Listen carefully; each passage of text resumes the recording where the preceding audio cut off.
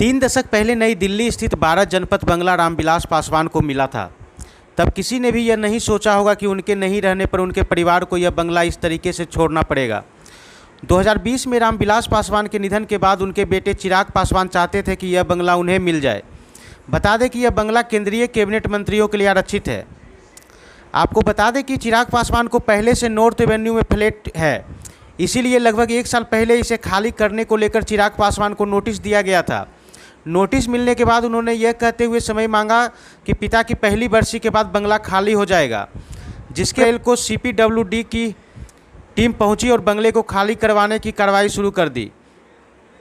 35 साल से ऊपर स्वर्गीय रामविलास पासवान के अलावा उनके परिवार के लोग इसी बंगले में रहते थे। इधर बंगला खाली कराने के मामले को लेकर चिराग की मां रीना पासवान ने दिल्ली हाई कोर्ट का दरवाज़ा भी खटखटाया, लेकिन यहां भी चिराग पासवान को दिल्ली हाई कोर्ट से राहत नहीं मिली। आपको बता दें कि इसी बंगले से चिराग पासवान जमुई से 2 बार सांसद बने।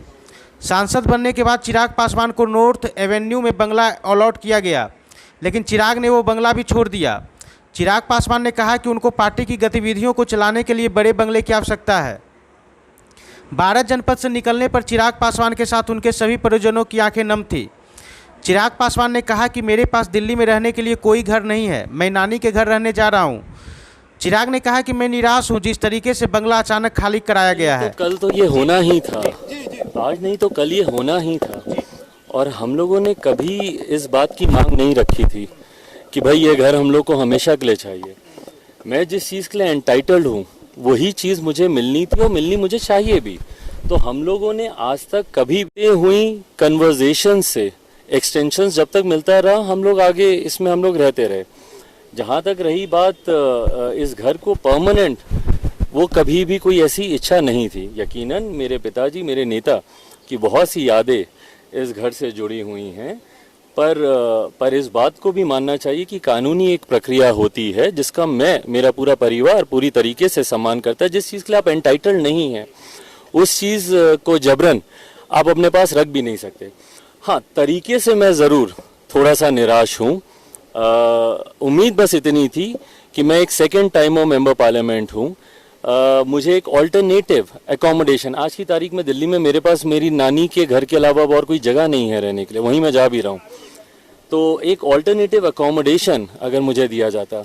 दुख मुझे इस बात की ज़रूर है कि भाई मैं अकेला ही नहीं, मेरे साथ कम से कम मेरे पिताजी के समय से काम करने वाले लगभग 100 के करीब उनके साथी, उनके मदद करने वाले, उनके समर्थक जो इसी घर में ही रहते हैं।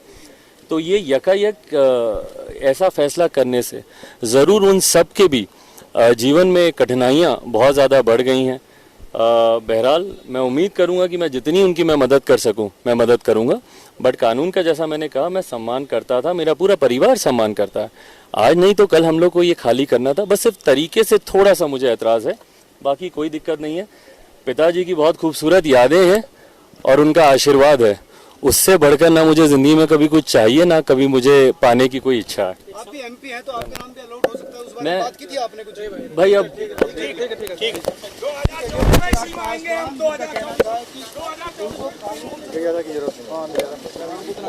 है।